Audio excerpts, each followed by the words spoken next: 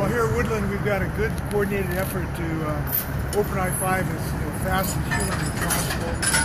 The contractor, as you see, is on site, and they've had to have a little stabilization effort. The state geotechnical experts had to look at the upside of the slope before they can really start moving material, but they hope to start doing that as soon as they get some of these trees down that are being felled right now. We appreciate everybody's patience and all that's going on. We are told that the Department of Transportation has hopes. This is hopeless at the moment to reopen at least one lane sometime tonight. But that are hopes. It depends on the geology right now. I can tell you, looking at this, they got about small house-sized rocks in there, and they got to move the rocks to be able to get one lane open. I can tell you, I think people are working hard on this. I met with the Mayor of Woodland, State Patrol, DOT. They're all working in a consortium to get this done as soon as humanly possible. Message for folks out there: safety's got to be number one. We still got rain, we still got flooding. We just got to ask people to be safe.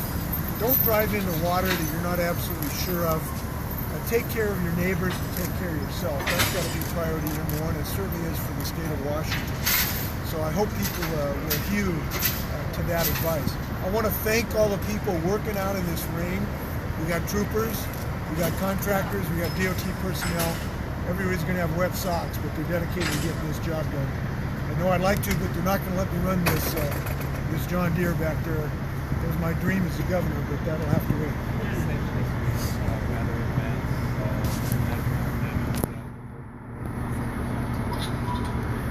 What I make of it as the governor, I'm getting a little tired of these emergency declarations.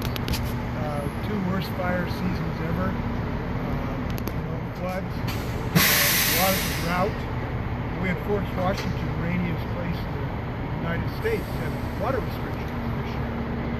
I'd rather we didn't have to deal with that, but we do. I will say that when these things happen, it brings out the best in Washingtonians.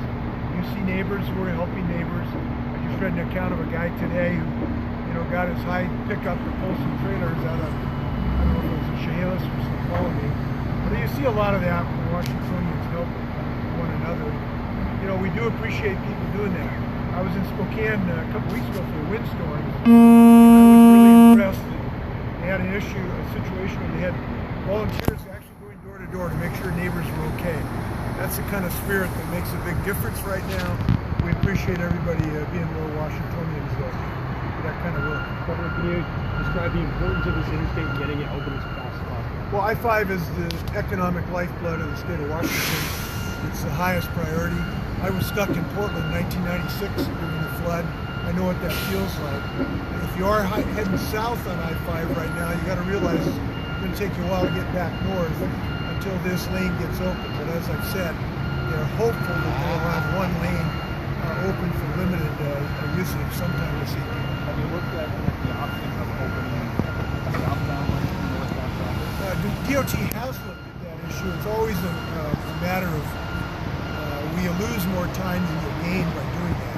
Right now, they've told me that after assessing it, it makes more sense to get one lane open on the northbound lane. But if they have some undue problem, they can look at that as an option.